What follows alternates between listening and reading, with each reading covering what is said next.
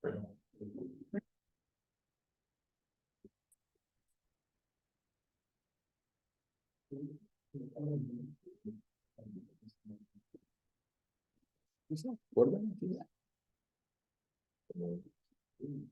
dia, pessoal. Reunião do dia 1º de setembro. Estávamos, desculpa o atraso aí, quase meia hora. Estava na correria por causa do salão de extensão aqui, enviando os documentos do pessoal. O Edilson hoje não pôde começar a reunião e não vai estar presente porque ele está na aula magna lá da UFPR, mas semana que vem ele está aí. Temos previstos hoje os avisos gerais, falar sobre a extensão, falar sobre as organizações que a gente tem que fazer antes da ida do professor e de materiais, e depois uma prévia ligeira da minha qualificação, que vai ser terça-feira às 3 da tarde. Então, professor, contigo. Beleza. Obrigado, Lucas. Bom dia a todos, pessoal. Saudações. Para o pessoal que está até na praia, vi que o Edson agora foi para uma sala fechada ali do lado de Copacabana, achou rápido para não ficar, ou botou um fundo louco especial. Bom ver vocês, gente, ver que está todo mundo bem. Até o André que rapou o cabelo, me parece que está bem também. Bom. E olha só, eu queria só também saudar a presença do Vitor. Tá? O Vitor fez fisioterapia no IPA e ele fez seleção recentemente, aí no PPG, não passou, e ele foi indicado para trabalhar com locomoção. O projeto dele parece que está mais ligado à locomoção. Então, seja bem-vindo, Vitor, aí ao grupo. Vamos começar depois a discutir, ver possibilidades do que a gente pode fazer para ir se preparando para o ano que vem. Nós estamos passando nessa semana, então está muito corrido, né? Porque a gente tem o envio dos trabalhos para o salão da URGS. O pessoal está me mandando os trabalhos, mas fiquem atentos, tá, gente? Porque como está sendo bem em cima da hora, talvez eu me passe. Inclusive... Então, hoje é o último dia, então tem que ser tudo submetido hoje, de qualquer jeito. A gente ainda tem uma saída, eu vi que deu um problema de comunicação. Teve gente que mandou trabalhos direto no portal, sem ter passado pela avaliação dos orientadores. Não era para ter sido assim. Mas também, não, dos males o menor, tá? É melhor que mandem, inclusive, para não perder o prazo. E depois no portal eu tenho a chance ainda de avaliar e mandar de volta. E aí a gente pode ter mais uma rodada de ajustes do material, tá? Mas fiquem atentos a isso, não deixem passar. Daqui a pouco eu não consigo ver até o final do dia, mandem igual, tá? Se for assim. Mas vamos tentar passar. No mínimo que o mestrando, o doutorando que está mais próximo, faça uma leitura e envie o trabalho. Tá? Essa é uma saída também. Aí, boa, tá?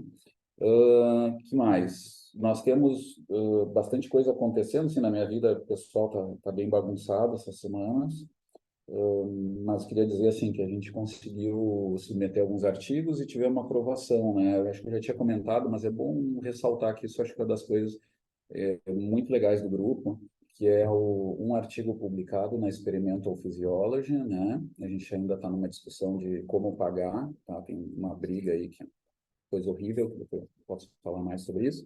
A gente está acertando, mas o importante é que o artigo está publicado, está aceito numa das revistas mais tradicionais da área da fisiologia do exercício, tá? Que é essa da Experimental Physiology, que é da Sociedade Fisiológica, que é a sociedade mais antiga no mundo de fisiologia, que é do grande grupo da Journal of Physiology, tá? E essa, né? Experimental Physiology. Uma conquista muito grande do grupo, é o artigo 2 do mestrado do Henrique Bianchi, que eu e o André e mais vários colegas conseguimos desovar, assim, né? A gente transformar isso num paper e conseguir publicar. E isso reforça também uma coisa muito importante do grupo. Desde o início, o grupo ele se centraliza sobre os mecanismos minimizadores do gasto energético. E passa os anos e a gente continua tendo um mais alto nível de produção científica exatamente nesses temas. Então, a gente faz várias outras coisas, a gente está, né, com menos tradição sobre controle motor, biomecânica do esporte, etc. Mas essa área dos mecanismos minimizadores, é onde a gente tem tido espaço no mais alto nível. Então, isso mostra ainda que é um baita caminho e a gente tem uma escola muito forte sobre isso. E não é pouca coisa, a gente tem conseguido publicar nesse nível, tá? E foi muito bom o trabalho e tal. A gente tem aceito também o artigo da Diana, né? Agora saiu, ele vai sendo aprovado aos poucos. Ele já está pré-aprovado, só que a versão final, na Frontiers, ainda não saiu. Não sei por quê. Provavelmente tem algum problema aí também de pagamento. Quase sempre está ligado a isso. Quando é brasileiro, né? Sempre dá esse porém, né? Inclusive, para vocês terem ideia, o artigo do Henrique, se eu tivesse colocado que eu era afiliado na Universidade de Pavia, ele já estaria pago. Eu não teria tido esse problema, a gente já teria publicado ele faz uma semana, mais ou menos. Mas como eu não estou lá, ou seja, a gente não tem esse contrato das universidades com essas grandes corporações aí, né?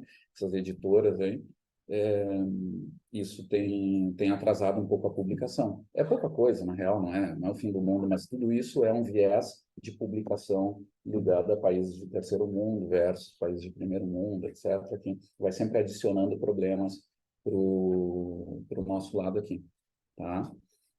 Bom, gente, mas as notícias são bem boas, né? Tem saído várias coisas aí super legais. Parabéns para todo o time aí que tá tocando as coisas. Uh, da minha parte, acho que era isso.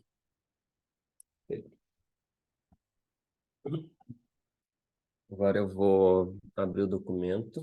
Deixa eu mudar a câmera. Libera para compartilhar. Dá para liberar.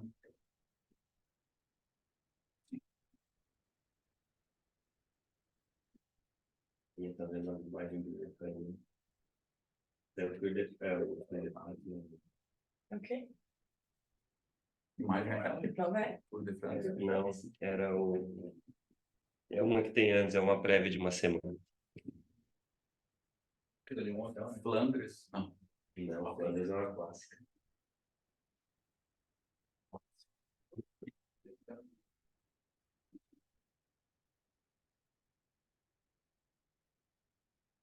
Vocês querem me ver? O pessoal que está na apresentação, eu posso deixar aberto para todo mundo.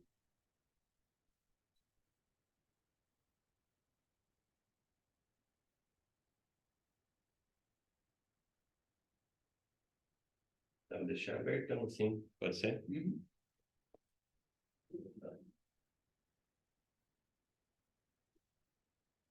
Tá, então agora a gente vai começar. Eu vou fazer uma prévia da minha qualificação, que vai ser terça-feira que vem, às 3 da tarde. E gostaria de perguntas, assim, então, quando eu acabar, gostaria de perguntas e sugestões para poder enriquecer a apresentação. Eu sei que está muito em cima da hora e muito perto, mas fazendo como dá. O título do meu trabalho é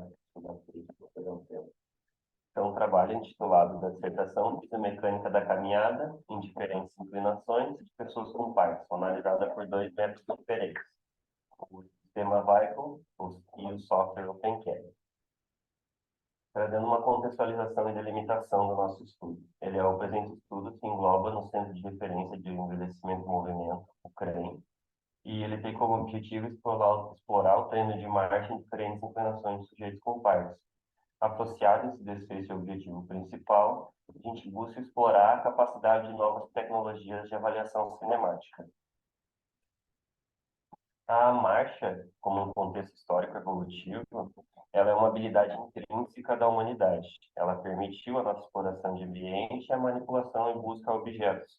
Essa forma de locomoção bípede acompanhou a nossa evolução e liberou o uso de membros superiores como um papel muito crucial para a nossa evolução.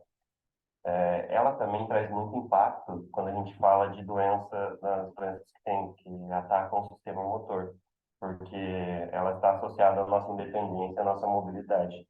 Então, os sujeitos com a doença de Parkinson, eles têm essa marcha comprometida, e com a marcha comprometida, eles vão ter alterações que diminuem essa independência dos mesmos. Então, isso pode corroborar para riscos de quedas e riscos de diminuição de estabilidade de tronco, porque eles vão apresentar principalmente uma um menor comprimento de passada e uma menor frequência de passo. Essas alterações foram apresentadas em alguns estudos que apresentaram essa alteração de velocidade de marcha, de comprimento de passada e frequência, que são insights importantes para a gente estudar. E quando comparados com indivíduos saudáveis, foram piores, né? Trazendo para o estudo da marcha, durante a marcha, na parte da fisiomecânica, a gente tem um estudo de Saibene Minetti e colaboradores, trouxe essa transferência de energia que ocorre entre a energia potencial gravitacional e a energia cinética do nosso corpo.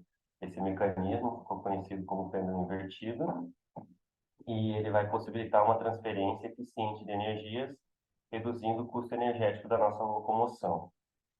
Quando a gente traz esse impacto para o terreno inclinado, essas mudanças diminuem esse mecanismo de retorno e recuperação de energia, trazendo uma marcha menos eficiente, bem como a decorrente das adaptações da marcha que a gente tem que fazer quando a gente está fazendo uma marcha em inclinação, de inclinar o tronco para frente, deslocar um pouco o nosso centro de massa para um pouco fora do corpo, e vai aumentar essa flexão de quadril, joelho e tornozelo, e essa fase inicial de apoio.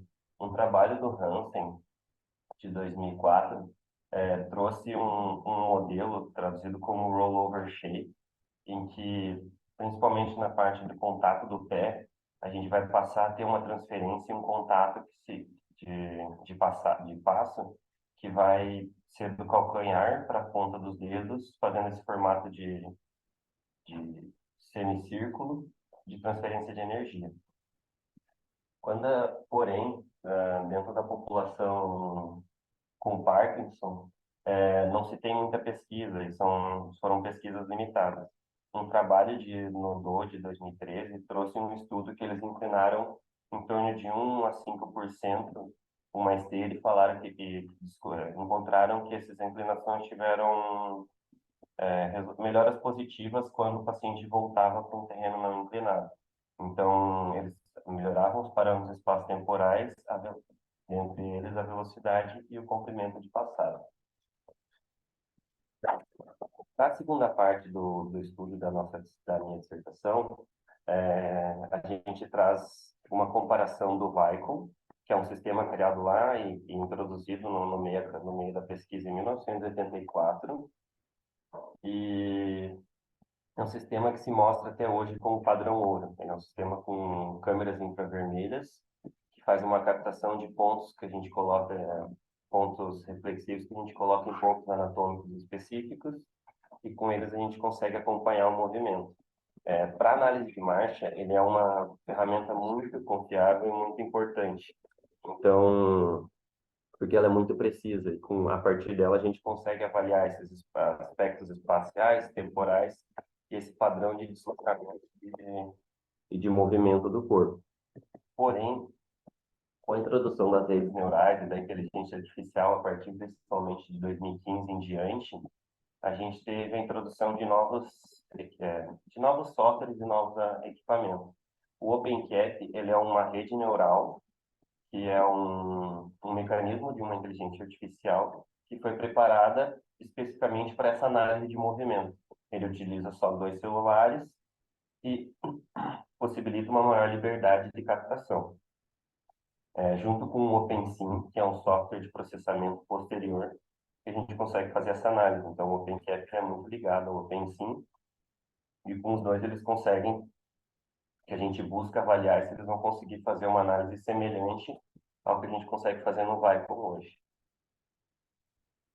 Então, o meu problema de pesquisa dos estudos do estudo 1, as pessoas com doença de Parkinson apresentam o mesmo comportamento e parâmetros mecânicos espaço-temporais durante a caminhada em plano, em comparação com a inclinação positiva. E para o estudo 2, o sistema de análise de cinemetria OpenCap é válido como um método de determinação de parâmetros biomecânicos de caminhada em pessoas de doenças com Parkinson. O objetivo geral dos estudos é comparar esses parâmetros espaço-temporais, angulares e fisiomecânicos da caminhada no plano com a caminhada em inclinação positiva em indivíduos com a doença de Parkinson. E para o estudo 2 seria avaliar a concordância, comparação e correlação dos parâmetros biomecânicos de caminhada no plano entre o Viacom e o método OpenCap. Os objetivos específicos do estudo 1 serão comparar as variáveis biomecânicas e fisiomecânicas em diferentes inclinações, 0, 5 e 10%, e nas velocidades de 1 km por hora, a velocidade autoselecionada e a velocidade de 3 km por hora. As variáveis que vão ser incluídas parâmetros de movimento, como apoio de balanço, tempo de apoio, tempo de balanço, apoio duplo, amplitude de movimento e velocidades angulares. O delineamento. O estudo se trata de um estudo comparativo transversal com uma abordagem quantitativa e os artigos vão seguir o checklist de Stroger para a organização do trabalho. Para o estudo 1, a gente vai buscar como desfecho o recovery pendular, o trabalho mecânico interno, externo e total. E para o estudo 2, a gente vai buscar comparar entre as duas redes, os dois métodos de análise, comprimento e frequência de passada, amplitude de movimento das articulações, comparando os dois trabalhos. As variáveis independentes que vão ser trabalhadas serão as diferentes inclinações, a inclinação de 0, 5 e 10%, e as diferentes velocidades, a velocidade de 1 km por hora, 3 km por hora e a velocidade autoselecionada.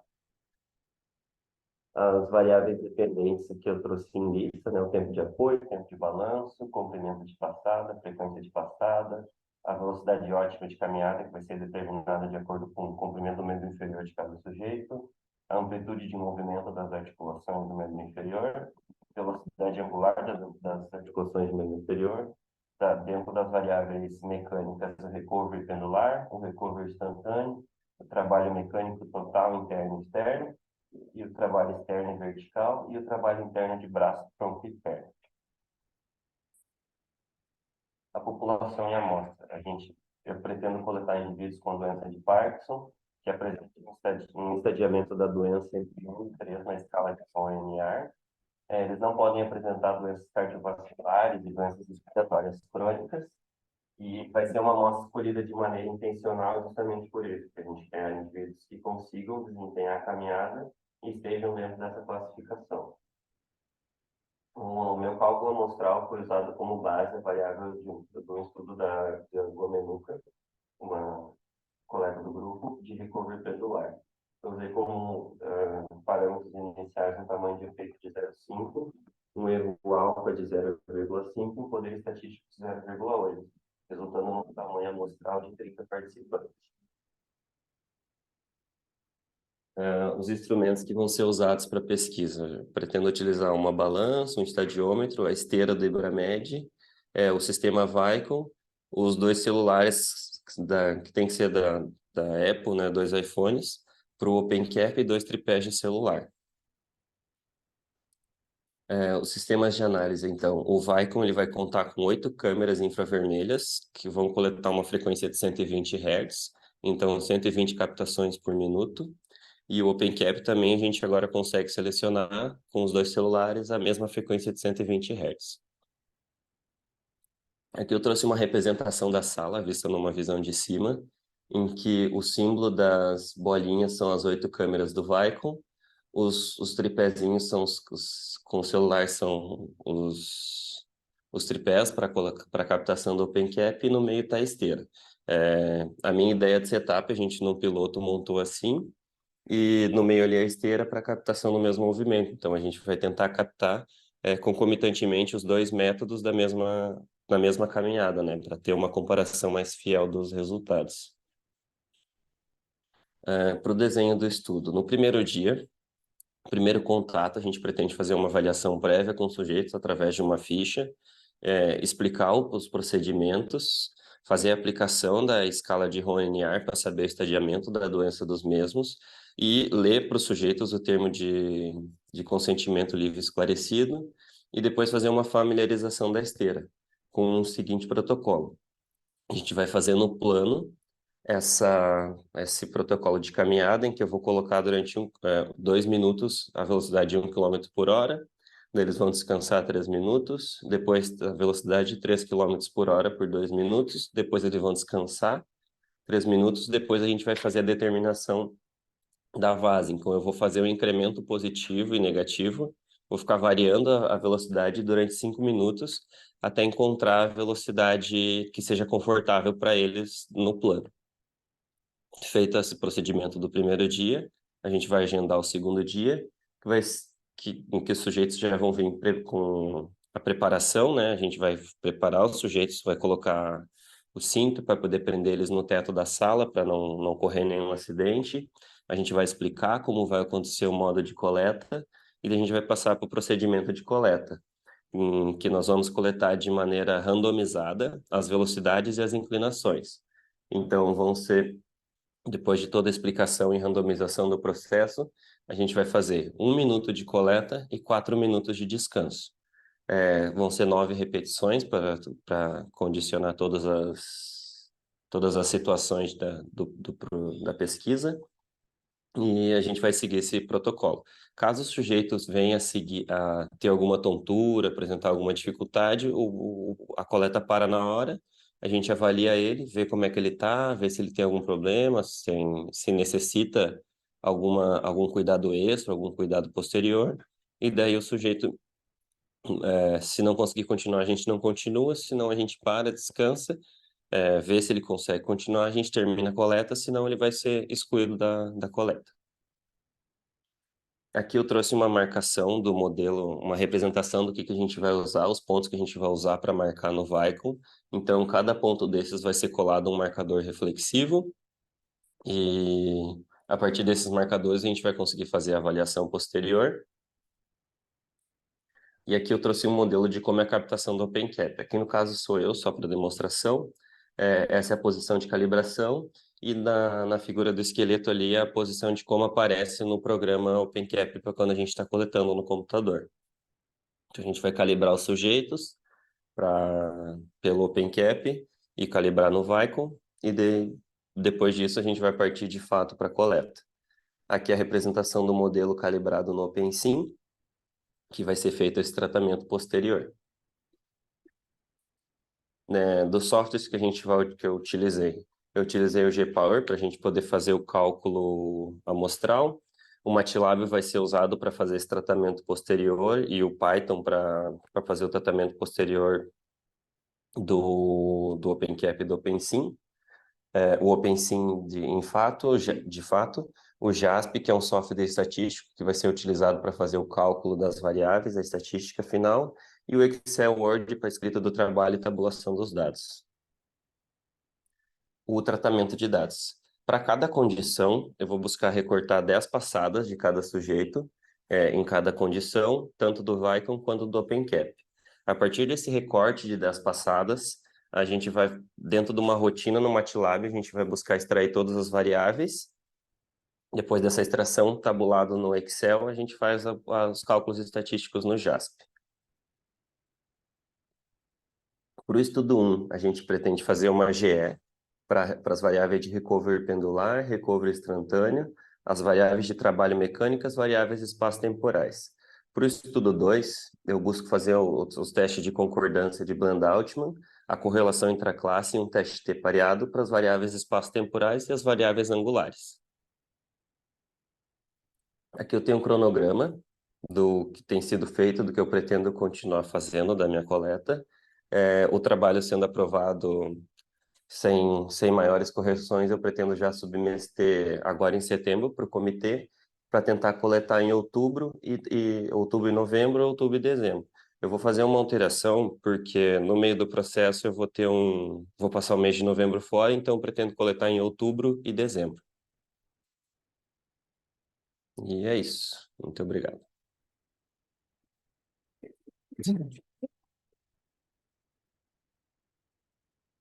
Deu 16 minutos. Muito bom, muito bom. Aí vamos passando. Quer que eu deixe o formato reduzido ou deixe assim? Vamos ver o pessoal. É que a gente não vê eles, né? Assim. A gente não consegue ver eles. Não, então deixa. Não, tá. Se não dá problema, tudo bem. Deixar. Pessoal, vamos lá, vamos analisar então o projeto. Eu quero fazer uns comentários gerais, assim, tem várias coisinhas de detalhe que eu te passo por escrito, tá? Tá. Mas tem coisas que eu acho que vale a pena para a gente ir sempre fazendo reforço para todo o grupo agora que vai vir os salões. Eu vou falar disso porque eu quero que vocês prestem atenção para a gente tentar fazer todo no mesmo padrão, assim, de algumas coisas. E outras até discutir o que, bom, tudo, né? Tudo que vocês acharem que pode ser melhor, por favor, falem também. Mas só para a gente fazer algumas coisas assim, ó, de formato, tá? Uma referências, né? O modelo de referência, vamos tentar deixar no padrão Locomotion nosso, é uma referência mais completa. Tem até o artigo, a revista, tá? O André sabe como é que é, o Edson sabe também. Pergunta para eles ali, um modelinho mais completinho, que envolve isso. O autor, eu não lembro se tem o título do artigo, né? A revista e o ano, né? Tá. Isso é uma coisa para todos. Outra coisa, que essa eu queria discutir com vocês. Ah, não, já que a gente tem muita gente usando a cinemática, eu vejo que tu fala muito em pontos ainda, eu já pedi para tu arrumar isso no texto e na tua fala ainda aparece. Tenta evitar não falar em pontos específicos nem pontos anatômicos, mas usar marcadores anatômicos ou referências anatômicas, aí depende do contexto, mas são marcadores anatômicos. Tirar o termo pontos, assim. Que mais? Aqui vem uma estratégia de apresentação, tá? Que isso a gente já usa nos artigos e a gente pode discutir aqui. Eu não tenho total certeza, mas eu vou dar a minha opinião. Acho que melhor a gente evitar apresentar listas, tanto seja de software ou lista de equipamentos. Listinha de supermercado, assim, evitar isso. Tentar tirar e apresentar isso no contexto do que tu for apresentar. Se isso realmente é importante para ser apresentado, então que ele esteja durante a parte no que vai ser usado mesmo, tá? Isso aqui não tem certo e errado, tá, gente? Tem gente que fica nisso, é o melhor, tá? Frescura, mas vamos tentar usar um critério. O critério é de objetividade. Então, assim, tu vai mostrar lá procedimentos de coletas de dados. E aí tu vai dizer, olha, tem o espaço da coleta, toda a organização, isso aí pode ter. E aí, quando tu tiver que dizer que vai ser vai ter os registros no sistema tal, aí tu fala, vou usar o sistema de análise esse e aqui, tá? Porque tu usou até, tu até informou isso. Depois tu usou os softwares também, né? Tu foi falando do software. Então, quando tu disser isso, ó, agora eu vou analisar isso no JASP, tá ali apresentado o JASP, e não precisa ter listinha, tá? Isso serve até para o artigo, tá? E para os projetos se usa muito lista de materiais, mas eu sugiro não usar, tentar deixá-la explicada durante o contexto do que for ali, a etapa de procedimentos de coleta de dados, procedimentos de análise de dados, tá? Tentar deixar desse jeito. Que tem mais? Tá, é detalhe de fala. Eu vou aproveitar aqui também uma questão escolar, assim, de aprendizado aqui pedagógica para o grupo. Mas tu, em alguns momentos tu fala, a gente vai. Eu vou falar, é melhor eu falar no pessoal, eu vou fazer o trabalho, eu vou coletar tudo. Não, eu gosto, é mais elegante dizer nós mesmo. Tá. Tá? Por um lado fica bom, embora seja o teu projeto, se tu usar a primeira pessoa também não é um problema, mas se assim, dando a dica de uma elegância acadêmica, eu não sei bem porque eu dou esse nome, eu não sei bem direito, mas soa melhor dizer nós faremos. Tá, vou corrigir minha fala. Que mais? Não, eu queria discutir o furo da bala do teu estudo, como diria a Flávia, né? Por que que o que que tu espera do recovery no Parkinson de diferente do inclinado para o plano? Em cima tu já sabe bem o que acontece no plano, né? Tu está partindo disso e tu quer ver o que que tu espera que seja diferente. Vai ter uma diminuição desse recovery, porque é o que foi encontrado em estudos extensivos com Parkinson, mas de quantificar o quanto disso é diminuído e o quanto de trabalho vai ser diminuído também. Vai ter Nos aproximamos da pergunta, tá? Isso, acho que o raciocínio que tu fez está certíssimo, é isso aí. Mas ainda precisamos mais, né?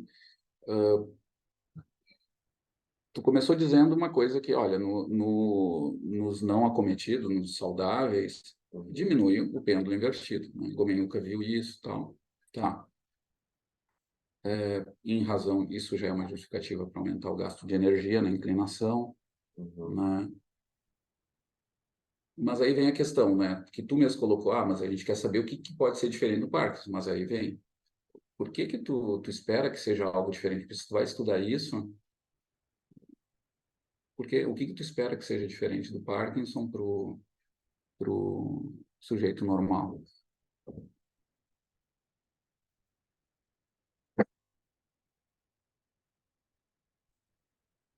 Eu acho que eu pretendo encontrar essa analogia, fazendo analogia de sujeitos normais para Parkinson.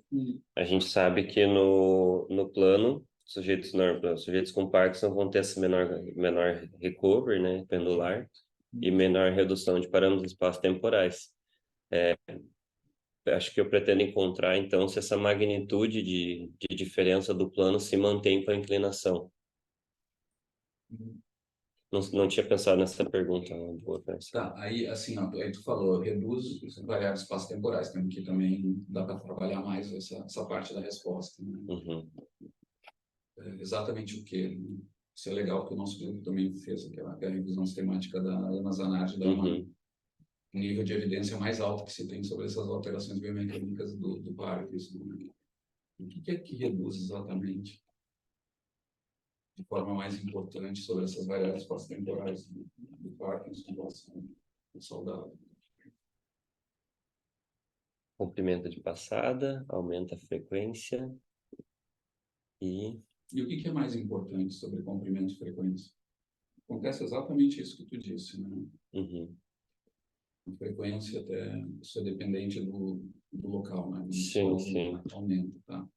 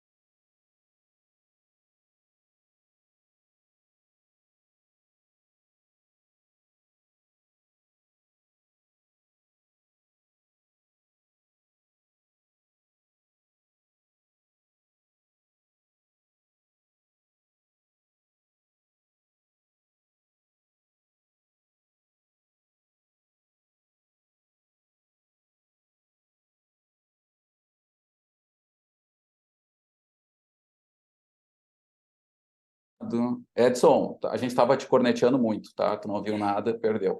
Olha só, é, eu estava tentando lembrar, eu pedi para ajustar no projeto do Lucas uma mensagem que estava equivocada ali quando ele revisou os dados da Zanart, ele falava. Só que eu não estou lembrado agora, tu só me confirma, o comprimento de passada é o que reduz no Parkinson em relação ao controle, né? A frequência aumenta, não era que reduzia, não, era o que eu inverti. Eu fui lá ver no artigo, agora me perdi. Não lembro. Eu alterei no teu Pelo que, projeto, faz alguns dias eu alterei no teu projeto. pelo que eu me lembro, a frequência aumenta. Ah, tá. Então tá. O Edson disse que a frequência aumenta. Beleza. Então, é bem como tu disse, né? Vamos seguir teu raciocínio. Agora, volto à pergunta. Tudo bem, os dois alteram, tá? Mas o que é mais importante, assim? Aí entra um papel nosso, assim, de olhar o tamanho de efeito da coisa, a diferença clínica. O O que mais altera é comprimento ou frequência? o que mais influencia a alteração? O que mais aumenta é a magnitude de diferença maior, Do que é, comprimento? que é marcante, é o comprimento de passada. Exatamente. A frequência é até discutível, tá? O nível de evidência era bem mais baixo, dava significativo, tá? Acontece isso, mas era muito menor e, inclusive, em alguns estudos não mostram essa diferença e quando é em esteira, não há alteração, realmente. Esse é um achado do estudo da Zanardi muito legal, né? Ela mostra que existia uma discussão sobre isso. Escolas até de biomecânica de marcha diziam, ah, não, a frequência não muda no parque, outros diziam, não, aumenta. E uma das razões dessa confusão era o modelo de estudo. Quando é na esteira, não altera. Quando é no solo, altera. Tá, aumenta. Tá. Então acho que isso é importante. Voltando, né? Era isso, o comprimento. A importância do comprimento de passada. Então, que já tendo esse comprimento menor, na inclinação, a tendência é que você tenha um comprimento menor ainda quando comparado com o plano. Aí vem a questão. Sim, é uma Então, possibilidade, por né? isso que eu acho que eu por E encontrar. aí estou em aberto. Agora eu cheguei no meu limite também do conhecimento. Era nisso que eu queria chegar. Tá. E eu queria a ajuda de vocês mesmo. A Marcela estudou bastante isso. O que vocês acham, gente? Dá para dizer assim? Ou poderia ter? Porque assim, eu acho que eles são muito modulados, assim. Isso tem várias restrições. A gente acha que a variabilidade é sempre maior na restrição, na desordem, tá? E não é bem assim, né? Tem estudos que mostram que quando o cara, sei lá, ele bota lá ele bota uma tala no braço, quando ele vai voltar a fazer movimentos, ele não tem maior variabilidade, tem menor variabilidade. Padrões de movimento são muito menor variabilidade em alguns gestos porque tem restrições. Então, ter maior variabilidade ou não, não é sempre um sinal de melhora. Às vezes, ter menor variabilidade também é um problema, porque mostra que o sistema ele perde a capacidade de se adaptar a situações diferentes. Então, eu só estou dando uma teoria que pode dizer que possa ser diferente disso que tu está dizendo. Daqui a pouco eles vão para uma inclinação e não conseguem alterar tanto o comprimento, até porque eles não precisam, né? Eles não estão vindo de uma zona de alto comprimento, assim, eles já estão andando. Então é possível que eles se mantenham até naquilo, mas claro, eles vão ter que alterar outra parte, a frequência vai ter que se ajustar, não sei. Aí que vem a questão. Quando comparar mesmo as velocidades, né, 1 e 3, nós vamos ter essa questão. Se o comprimento se mantém, bom, a frequência pode se manter e continuam caminhando na mesma velocidade. E por essa razão, mas eu não sei se ela é forte, eu só estou lançando aqui, pode ser uma razão também essa. Agora, pode ser outra mesmo, eles queiram sempre ir para uma zona de menor comprimento. O que vocês acham aí, o pessoal que tem mais experiência? Só o senhor está vendo por sua internet. Aí a pergunta vai para André, Edson, Marcela, vai, quem mais, né? Estou só vendo aqui os velhos. Quem tá ali atrás? Adão também é velho aqui, na vida, né? Na vida. Nenhuma teoria, nenhuma. Podemos fazer o bookmaker, linha de apostas do Lucas e linha de apostas do Prof. Aí começa a ficar mais interessante. Tem por causa da variabilidade de sintomas. Tem a variabilidade de sintomas. Ou mais hipercinéticos. Talvez os rígidos façam isso que eu estou dizendo. Uhum. Talvez os hipercinéticos, não sei se alteram, possam reduzir frente a essa situação. Como é que é o padrão desses dois subgrupos, né? Só para alertar, a Marcela está estudando exatamente essa subdivisão funcional, né, motora, né, que é os acinéticos, rígidos acinéticos versus hipercinéticos, né, dos Parkinson. Aqui não está controlado, a gente não sabe o que se espera, mas sobre comprimento e frequência, a gente já tem alguma ideia, mesmo que não tenha evidência da literatura que nós estamos olhando. Vocês viram no estudo que também tem um artigo que compara os grupos do ponto de vista motor, né? O que a gente viu lá no mestrado foi que os rígidos acinéticos que tendem a ter o comprimento de passo menor, né? Os ângulos menores. E os outros não diferenciaram tanto do que a gente tem de dados idosos, por exemplo, né? Saudáveis. Os outros são os hipercinéticos. Que não tem tanta essa rigidez. Então os hipercinéticos poderiam ter uma margem a fazer o que se espera do normal, né? Que é reduzir o comprimento. Eles vêm de um comprimento maior já, né? E aí vão para Eu acho que na seria minha cabeça. importante, na minha pesquisa, fazer essa classificação dele.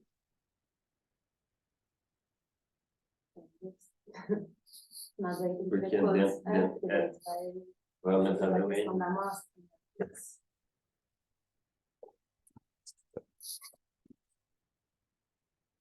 A questão do plano, né, da esquerda, do trabalho mecânico, a gente vai fazendo mesmo, né? Uhum. Recording in progress. Espera que eu vou montar o meu aqui.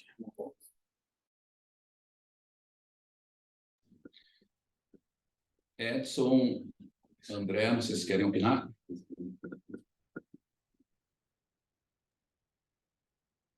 Ó, eu posso. ah, eu acho que isso. Bom, primeiro, parabéns, Lucas, pela apresentação e pelo projeto. Eu acho que esse eu até tinha anotado aqui, também fechando o que a Sal comentou da classificação, né?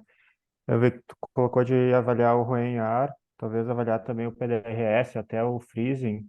Tem umas escalas, acho que a gente nunca usou direito as escalas de freezing, para Fog. avaliar o freezing do fog. Até no TCC da Vivi a gente sentiu falta de ter esse valor, assim, acho que é legal também. Talvez dê alguma ideia, assim, melhor sobre essas questões, assim, de possível variação. Mas sobra, então, o, porque o saudáveis, quando aumenta a inclinação, eles reduz o comprimento e aumenta a frequência na velocidade constante. Isso é o esperado. E a discussão é se no Parkinson que se mudaria algum esse tipo de comportamento, é isso? Isso, se eles vão Ah, acompanhar essa diferença, né? Então, acho acompanhar que esse comportamento, na verdade, de se vai reduzir mais ainda o comprimento ou se vai ou aumentar a se eles já não. frequência quando está inclinado. Sim. Sim, porque daqui a pouco eles já estão com a frequência já estão com a frequência super alta e não tem para onde aumentar mais a frequência e daí não, enfim, não vai conseguir. Não vai caminhar, né? Mas vai para onde é que ele vai fugir, né? Mas já botou 1 e 3 quilômetros porque são velocidades que no piloto são o que eles conseguem fazer, né? Mais que isso já seriam Sim. velocidades impraticáveis, né? Eu posso falar Ah, nome de sujeito? A gente fez com a Pina, André, um piloto, e ela sim. desempenhou, conseguiu ali, assim, o 3 quilômetros por hora, 10%, a gente viu necessidade de prender ela com o cinto no teto ali, porque ela estava sentindo bastante desconfortável. Mas a 5% ela conseguiu desempenhar, assim, dentro de 1 minuto e meio ela fez a marcha, e, e foi isso. E não fizeram vídeo, né? Não, né? Fizemos, só não consegui analisar ainda, não deu tempo. Não daria para olhar o comprimento da frequência, né? Deve dizer. Visualmente? Vai contar, Sim. contar o número de passos. Tá. Bom, deixa eu lembrar. Não, eu acho que é mais ou menos isso. Acho que essa ideia, essa linha da célula, assim, de talvez ah, controlar essas variáveis, assim, de classificação, de freezing também, para depois fazer, não uma análise de subgrupo, né? Talvez não tanto assim, mas pelo menos para ver isso depois. Mas eu, assim, visualizo isso, assim, daqui a pouco um sujeito já está com uma frequência super alta no plano e mesmo que aumente a inclinação, ele não tem como aumentar a frequência, enquanto outros sujeitos têm essa janela de poder aumentar mais ainda a frequência, né?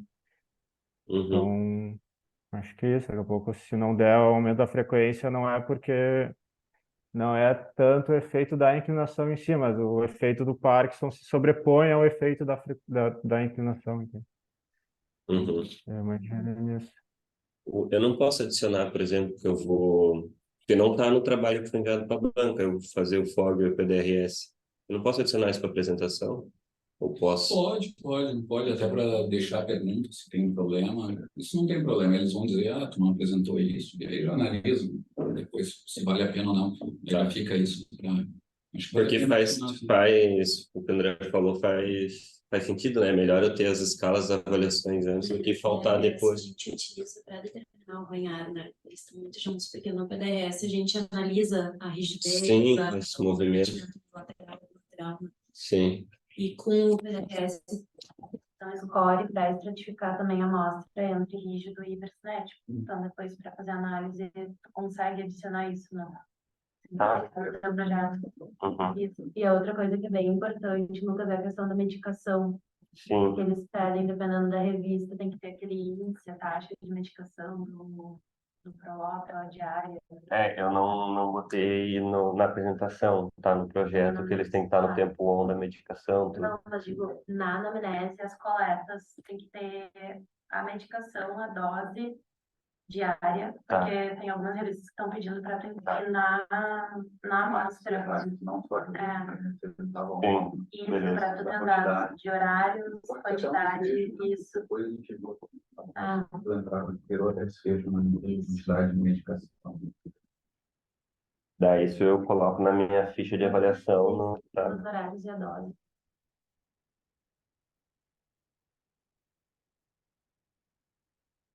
E aí, outra linha de discussão que eu queria trazer para vocês, e o Lucas precisa se inteirar bem disso e tal, é assim, ó, uma das poucas coisas que a gente liga a biomecânica de marcha com o recovery glandular é do estudo da de Paula, né, que faz com Parkinson, né, e vai ver que tem uma correlação boa entre a flexão máxima do joelho durante o contato.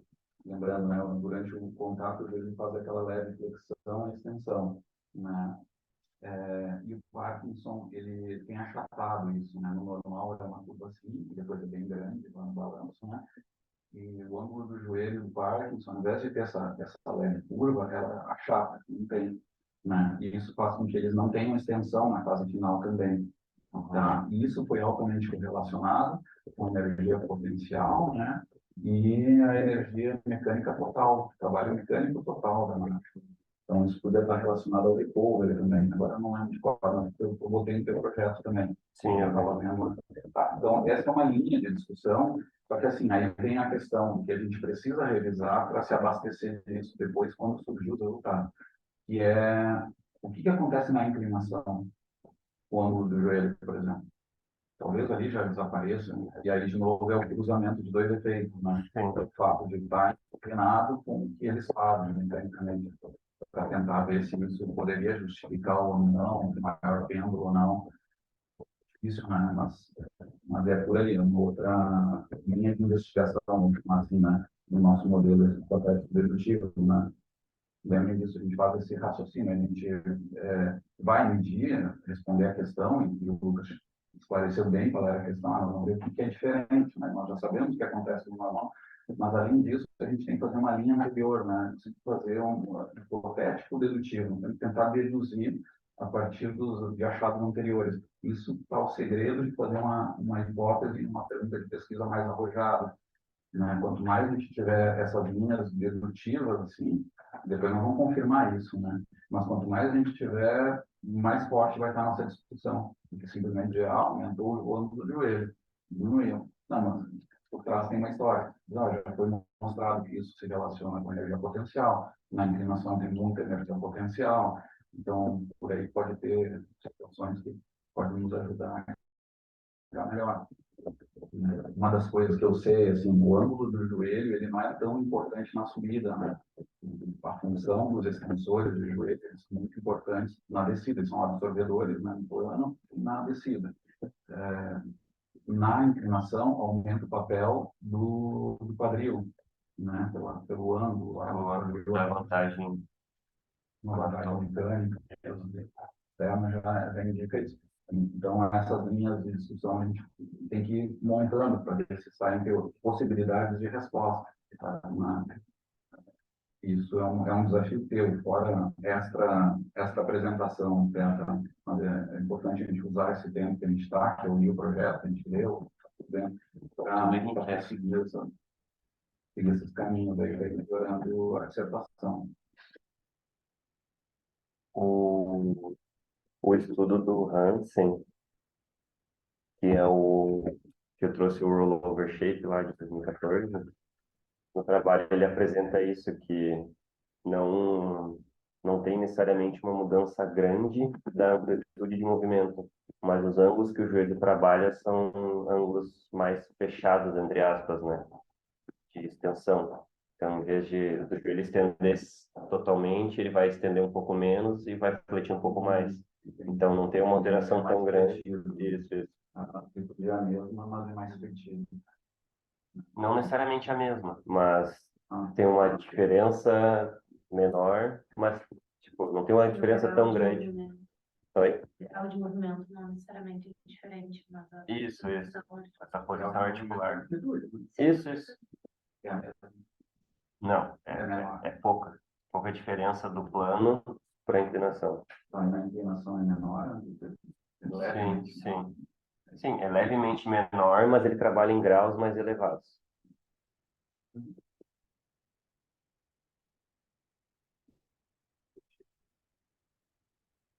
Por exemplo, na fase de flexão, ele vai fletir mais o joelho, mas vai estender menos. Entendeu? Bom, tem que ir mudando essas informações para ver o que pode fechar com recovery, né, alterado. Uhum.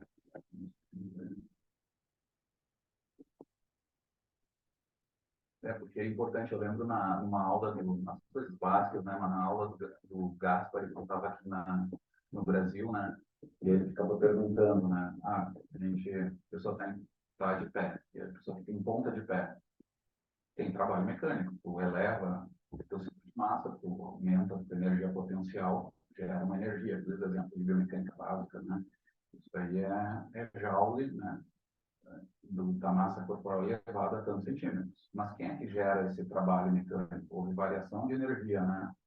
E aí o pessoal, ele dizia Hulk, ele não queria dizer Hulk, o R, ele dizia quem entendeu o que ele queria dizer era quem, né? Quem está fazendo isso aí?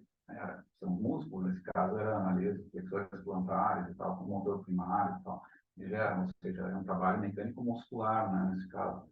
Então, aqui tem exatamente esse caso. Vai ter parte da energia potencial vai estar relacionada com essa elevação do corpo durante a subida, num certo ângulo, etc., mas que vem de extensores do joelho, ali, imagino eu, que são os motores primários dessa parte, né, da geração. Então, ok, mas não muda tanto essa amplitude, então já não é grande a diferença, mesmo que sejam inflexões um pouquinho diferentes. Né? Mas quem vai confirmar isso é os Joint Power Analysis, né? Isso que tem que ver depois, para entender bem. Já tem coisas, né? Mostra até na minha aula aquela de fisiometria da corrida, mostrava a parte de Joint Power, né? Da corrida, eu mostrava coisas da corrida e também da caminhada. Até um certo momento eu tirei até parte da caminhada que dava um pouquinho diferente, confundia o pessoal, porque na corrida nós tem esses dados que mostram especialmente onde é que gera as potências articulares e tal, qual fase. Então, isso aí pode ajudar a escrever essa hipótese, né? Lembrando que é isso. Trabalho mecânico, a caminhada é de origem muscular. Né?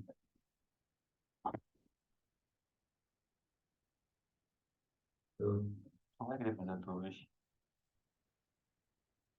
Então podemos. Tem um carrasco. André, faz aquela pergunta. Você sabe que a Val vai fazer. Não, não, eu vi nem a pergunta, daí começa os detalhes, assim, eu vi ali uma hora no material que tu falou de velocidade ótima, de variável dependente, eu acho que botou velocidade ótima. Como é que tu vai avaliar a velocidade ótima de caminhada? É o comprimento no membro inferior da fórmula. Ah, Não bom. lembro de cabeça a fórmula, tem que saber de cabeça a fórmula? É bom saber a coisa, Tá. mostrando, né? Ah, eu tenho anotado, né?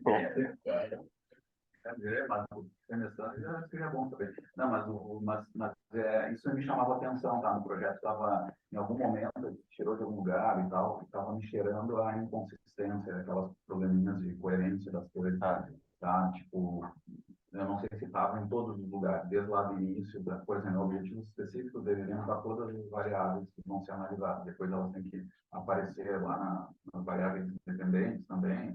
Ah, não, a VOC eu botei só lá embaixo. Então, mas outra coisa, eu acho que a questão do André que está levantando me chamava a atenção também. E quando a gente mede a VOC, tá? Vamos chamar assim, velocidade ótima de caminhada, a VOC, desse jeito estimado, baseado no comprimento do membro inferior, isso foi estimado para o plano, não foi para a inclinação. Porque eu pensei em fazer essa. E acho que tu não vai medir isso. Não, eu queria. Experimentalmente. Isso. Eu pensei na VOC para ver a magnitude dessa diferença que eles vão ter da VOC no plano para talvez como um desfecho de um resultado para frente, assim. Só para ter esse resultado, para se eu precisar explorar ele mais para frente. Porque como era algo Não, estimado, claro, agora, eu acho que ele não é variável dependente do teu estudo. tá. Eu acho que temos que medir componente no interior, certamente. O pessoal precisa disso, é a base. Sim. Então, a gente vai ter ele, mas não registrar ele como variável mesmo. Tá. Porque até agora não está claro para que é. Uhum. Realmente pode vir a ser alguma coisa, né? A gente tem que usar a voz, lembrando, né? Calcular um índice de reabilitação deles, né? Só que isso nem foi validado para inclinação, ver como até simples, né? Na inclinação, eu teria que mudar o número de Freud, onde é que está as estimativas, né? O número de Freud que bate com a inclinação, bate lá, está baseado no mínimo revisível.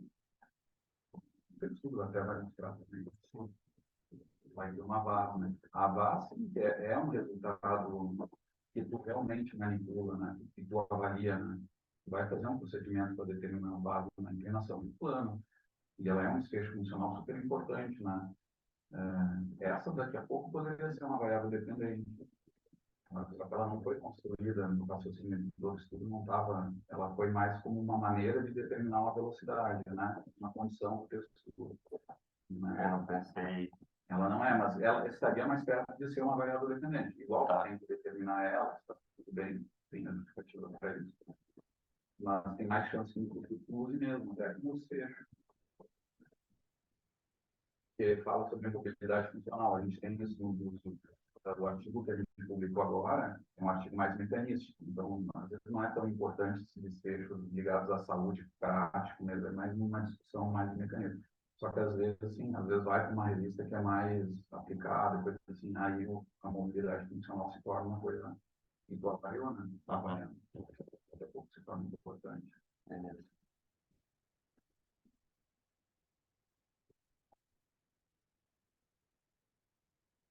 Me meti na fala do A André. outra. Bom, eu falou da Val, eu tinha esquecido, então talvez uma que a Val possa, ali nos critérios de seleção, falou que doença cardiovascular crônica, respiratória, não vai incluir. Mas daí se o cara tiver hipertensão arterial, sistêmica, já está fora. Qual que é o teu critério, assim, de doença cardiovascular crônica para excluir alguém da tua coleta? Como a morte é intencional, doenças que possam interferir ou que possam desencadear algum problema durante a coleta. Então, uma hipertensão, quando vê, pode desencadear, dependendo do grau, né, desencadear algum problema durante a coleta. Mas seria, acho que, o foco doenças que são mais comprometedoras ali, né, para o sujeito.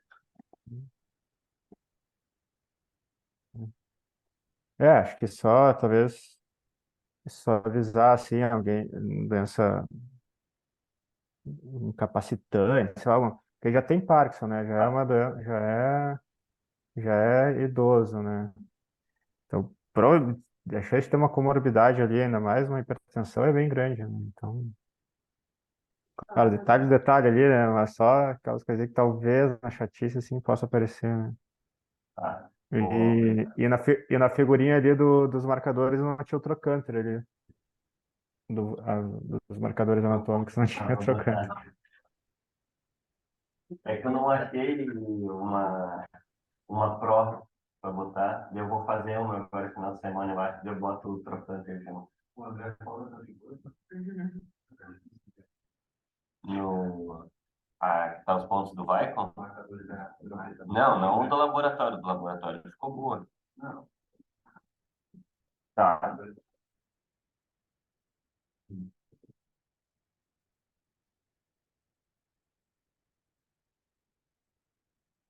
Vai falar, Céu. Não, claro, de repente, as doenças cardiovasculares não controladas ou que contraindicam o exercício, alguma coisa assim, né? Porque daí especifica. É porque eles devem ter uma alta prevalência de algumas coisas. Hipertensão, por exemplo, né? Quase todo mundo tem. Daí, de repente, colocar isso, não controlado ou que contraindica, né? Mas dá isso. Uma vida bem uma aparece essas coisas, lembrando que a gente cuidava, às vezes, de uma questão arterial durante o treinamento. A gente nunca fez obrigatório com todos, né? A gente só sentia sinais, né? sentia meio cansado, alguma coisa assim, e a gente avaliava a pressão arterial e tirava do exercício quando estava alta, né? Só que isso a gente nunca registrou, assim, né? De treinamento, não, a gente tinha registro de quem tinha alguma doença associada na anamnese, mas realmente a gente não tem registro de episódios. Passar isso, mas daqui a pouco era uma coisa para a gente melhorar nos próximos estudos e dizer que era controlado nas sessões, sempre como. Até que vive uma rotina nossa mesmo, né? Mas talvez dizer isso, que com quem já tem a doença, já tem a pressão arterial alta, né? Ou dizer que era só cuidar como a gente fazia mesmo. Na X é a pressão. Pode ser. Mais realista do que a vida. O ideal seria medir para todo mundo quando chegasse, mas Quem que é essa? na prática. Não. Mas a gente sempre colocava, né, que a gente tem os projetos, ele sempre tá, né, que tem profissionais habilitados para ser sinais vitais, primeiros socorros, atendimento, né, mas acho que a gente podia pensar nisso mesmo. Não é deixar, porque se isso é tão forte mesmo, e a gente já vinha fazendo até um certo ponto, daqui a pouco até registrar isso. Sim, é um registro mesmo, né, Entendeu? de medidas racionais. Nos próximos estudos nossos de Parkinson, esse cuidado com a pressão arterial. Quando surge o paciente, durante o treinamento, era controlada a pressão arterial em pacientes com sintomas clínicos. Alguma coisa assim, sabe? Uma informaçãozinha mais. Que eu vi que ao longo dos anos Quer que a gente faça algumas situações. Semana que vem a gente vai fazer a reavaliação dos Parkinson da Nórdica. Quer que a gente já faça esse controle arterial deles? Podia ser, Tá. tá? É rapidinho, né? Sim, tem aqui o aparelho. Tá, vou colocar aqui. Porque o que a gente pegava era, a gente fazia controle de frequência cardíaca, né? Acho que a pressão era interessante. O controle de frequência cardíaca dá pra gente fazer. Também. Agora, durante o TCD, você disse? A gente fazia durante o TC6 antes, né? Controle. Eu até conversei com Como alguém marcador, né? que a gente quer atacar ali, ele está aí com lado, né, parte nos próximos semestres, a fazer uma coisa que a gente começou com a ela bem no início e depois a gente foi meio que deixando de lado, né? É um controle de intensidade fisiológica também, né? A gente voltou a fazer aí com o Nil, comecei a buscar com ele o que tinha de VO2 máximo, se é possível, se é viável, onde a gente tinha estudos de viabilidade, quase nada, mas tem alguns estudos já fazendo, os caras aplicaram testes de VO2 máximo, lineares, mas claro que isso é dependente do estagiamento, tem um monte de limitação, mas eu acho que isso... A gente... porque imagino que para alguns não dá para fazer teste de VO2 máximo, né, em algum grau, ele não consegue nem caminhar com algum, né? Então teria que ver bem como fazer isso, mas também não atacar, porque queira ou não queira, passou 10 anos e a coisa continua obscura, assim. Continua só com o Borg, né? A gente teve experiência, né, no Borg, das respostas do Borg. Desprotegido, porque a gente sabe que a interpretação, o uso do Borg é um pouquinho mais complicado. Né? O Borg tinha que ser individual, né? Tipo, confessionário. O que eu tenho que responder? Mas quanto que tem que estar? Quando estamos 5, a gente começa... Eu falava 12, daí 12. No mestrado da célula era isso. Era assim, né? Então a gente deveria atacar isso, a relação de VO2, frequência cardíaca, tudo isso. Fala aí. Uma coisa que a gente conversou na pessoa aí foi em relação E aí, pessoal? Na verdade... Peraí, Edson, peraí um pouquinho. Tranquilo. Fazendo o Borg adaptado, que foi, por exemplo, treino intervalado. Né? Então, no último tiro, a gente já se seleciona na linha de chegada ali e já pega naquele momento. Porque depois, normalmente, vai levar 2, 3. Depois que o Borg, o CR10, né, realizado exatamente no final da sessão, onde tem a de potência, não é indicado, né, porque ele tende a superestimar. Isso é o que a literatura diz, né, por isso que se faz, nesses casos, 30 minutos depois. Né, onde sejam trabalhos mais aeróbicos contínuos, dá para fazer no final. Então tem esse problema também, né? Mas eu não sei até onde isso realmente acontece. Vocês estão falando do jeito contrário. Vocês, claro, quando o cara termina o tiro, o cara mais cansado. Só que ele tem que responder, não é a percepção agora, né? Ele deveria dizer o que ele sentiu do treino, né? Isso aí não tem isso para esperar. E aí não dá, isso, não, eu entendo, mas lembrem que tem esse outro lado, a literatura diz até que não deveria ser feito assim logo, tá? Os caras de pau, acho que teve 400 de tiro, não tem como tu dar 2, 3 de borg. E tá lá, 3, 4. Mas é sobre esse, eles estão sendo esclarecidos para ele, né? Sim, sim. Tiro, esse 800 até não é tão, se afirma é com tiros que têm um caráter de potência, neuromuscular mais alto. Então, 800 até está certo, daria para ser ali mesmo, só que ele tem que estar esclarecido que seja a sessão. Mas tu disse que no Parkinson, no caso, não, se deixava terminar a sessão. Não, parece não sei se precisa. O que estão fazendo? Sim. Tem que ter esse cuidado, mas a gente está sempre descoberto por isso. Já fazem mais do que muita gente faz. Uma coisa que quando fala, um dia 5, aí o outro, na segunda também. Junto com ele. Viu? Não é só no Parkinson.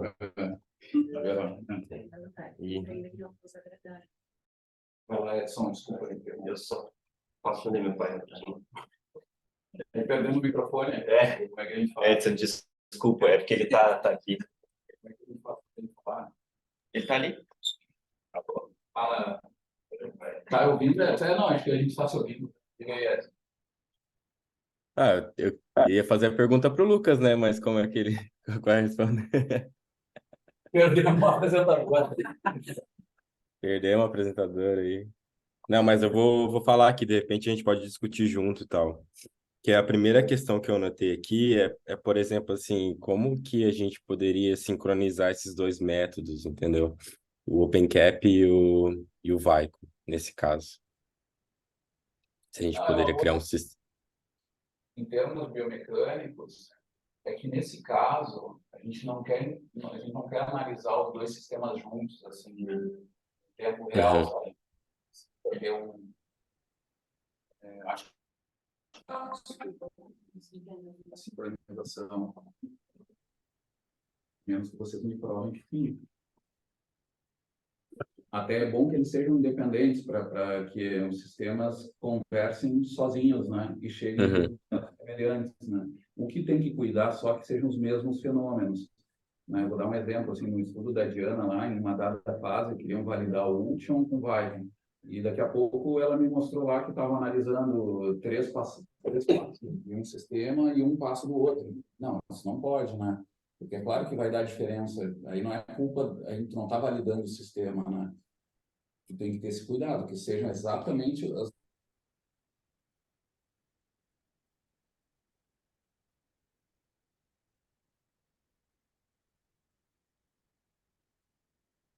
Agora ficou mudo. Deu assim, trancadinho. Tá. Ô, Lucas, eu vou agilizar, tá, Edson? O Edson fez uma pergunta para ti sobre se não era melhor sincronizar os sinais, os dois sinais, o OpenCap e Vico. Tá? Ele lançou essa questão. Eu já respondi em parte, eu não vejo essa necessidade, porque a gente precisa analisar as coisas até de forma independente. Eu seguiria essa linha, porque essa linha da concordância de métodos foi o que eu fiz com o André no TCC.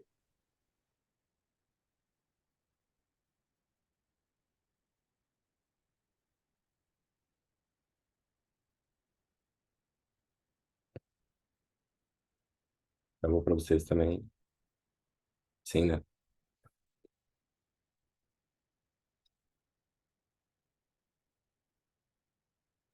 Acho que travou aqui também.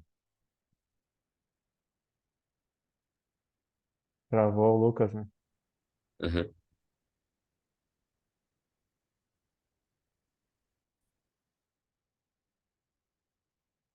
Vocês estão querendo muita coordenação minha, né? Eu já sou descoordenado em geral, né?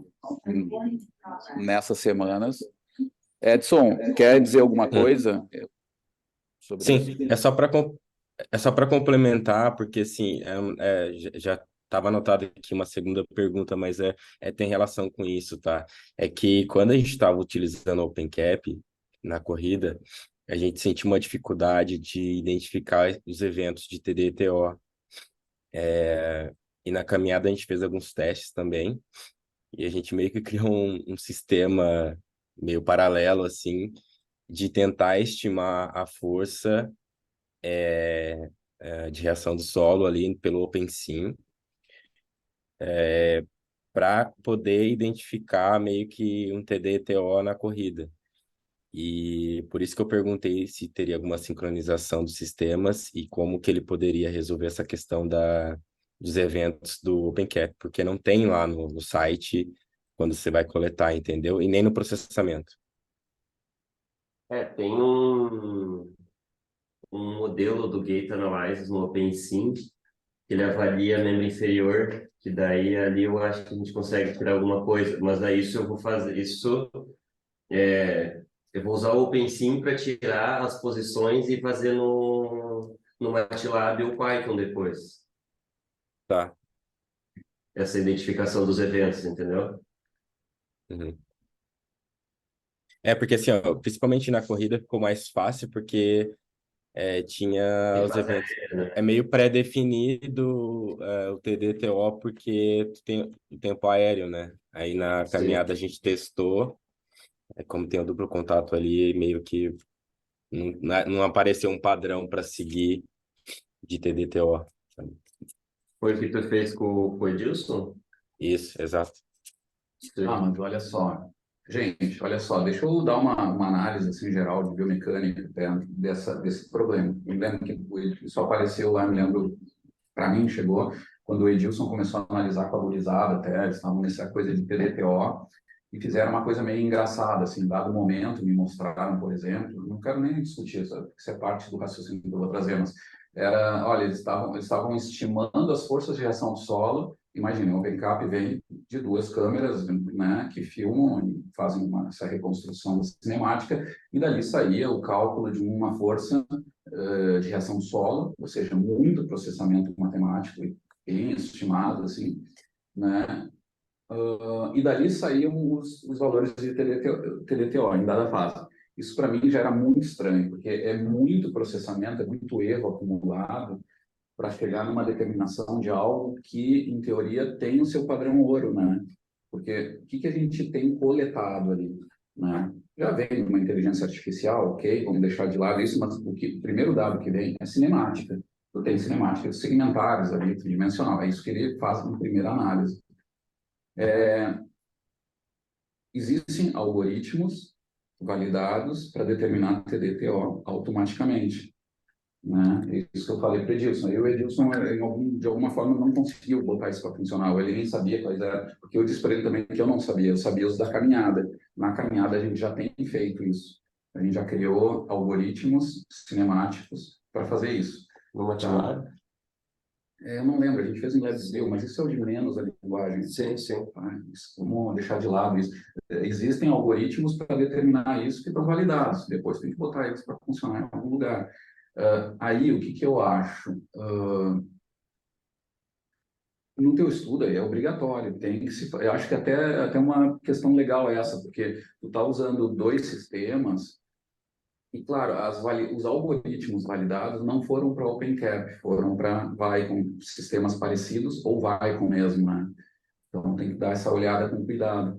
Mas eu tentaria, em primeiro olhar, usar os mesmos algoritmos, porque eles se baseiam em marcadores, ou marcadores que têm relação com marcadores mesmo, anatômicos, X, assim. Teria que ver o quanto são similares no OpenCap e no Vicon para poder usar o mesmo e para diminuir erros que podem ser devido a outra coisa que não do sistema. Porque se a gente fizer análises muito diferentes, vou dar um caso, tá? Daqui a pouco o Edilson lá viu aquela maneira de fazer com força de reação do solo e tu compara a do Vicon aquela do olho ou com o algoritmo certo. São maneiras muito diferentes, assim, que já podem dar muito erro ali e depois vão dar erro nas coisas que nós vamos processar depois e nós vamos estar botando culpa talvez no OpenCap, em coisas que talvez sejam mais ligadas aos algoritmos utilizados. Então, o melhor ideal seria se a gente tivesse algoritmos que fossem iguais para essa determinação dos eventos. Não, fosse... É o que eu pretendo fazer, que foi o que a gente fez. A gente tem a entrada das duas diferentes, mas os dois vão entrar no mesmo algoritmo e vão ter os resultados separados daí, mas a rotina é feita a mesma para as duas coisas. Tá, e de que jeito é? Que algoritmo é? Tem uma rotina feita Não precisa me posteriormente, dar todo o detalhe, mas é baseado no que essa? É em marcadores, é em... em marcador anatômico. Ah, tá. Daí lá no MATLAB, daí só vai mudar o TXT, um vai ser a entrada do Vico, mas a rotina em si é a mesma, entendeu? Ah, entendi. Não montei ela ainda, mas eu pretendo, baseado no A gente ponto já tem, anatômico. tá? A gente já tem, Isso, no isso. Brasil, a gente tem essas rotinas. Tem- Mas tem que ser, né? Justamente por isso, para ter um resultado confiável, os dois têm que ser tratados pela mesma validado, rotina. tá? Com os melhores, já tem isso. Eu me lembro da caminhada, tinha ali, mas não tem só um trabalho, tem vários artigos com cinemática validando os sistemas. E aí já tem estudos que comparam os métodos, inclusive dali que a gente tirou o que era o melhor e usamos esse da literatura. E era muito simples, então não precisa ter algoritmo pronto, isso dá para calcular, era muito simples assim. Ó. Não, mas eu concordo com o senhor. Tem que ser uma mesma rotina para avaliar os dois métodos, senão não fica ruim. Tá, e vocês também não sobra. Isso. Não, dessa algoritmo, acho que é aquele do artigo da Val, esse último, professor, que é o do Zeni, que pega o marcador do tornozelo e do pé com a pressão da cabeça. Só que daí eu não sei, né, porque ele é validado no plano. Daí para inclinação, eu não sei quanto que a gente pode assumir, né, enfim. Não, mas espera aí, a validação é Depois só isso no também. plano, né? Isso. Então, Esse é do plano. é. Estudo de validação é só do plano, tá? Em teoria, né? Que eu saiba, né? O estudo de validação. Esse é o plano. Só no plano. Então tá resolvido Só no plano. Ele faz esteira e solo, mas plano, né? Inclinado ele não faz. Sim, sim, sim. O inclinado eu não lembro, acho que não. Mas tá, mas eu entendi, tá, caminho certo. Mas não, eu queria falar disso até por causa dessa questão até do Edilson, em geral. Que eu acho que e aí já serve pro teu, já tá tudo certo, beleza.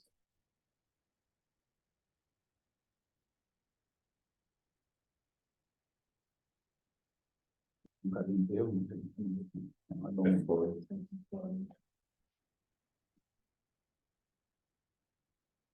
Gente. Terça e sexta que vem tem reunião? Quinta é feriado. O que é isso? 7 de setembro? Marchar, Sim. Vai marchar no desfile, professor? Terça. Vamos encerrar aqui a gravação, pessoal. Então, por hoje, estamos feitos nessa parte.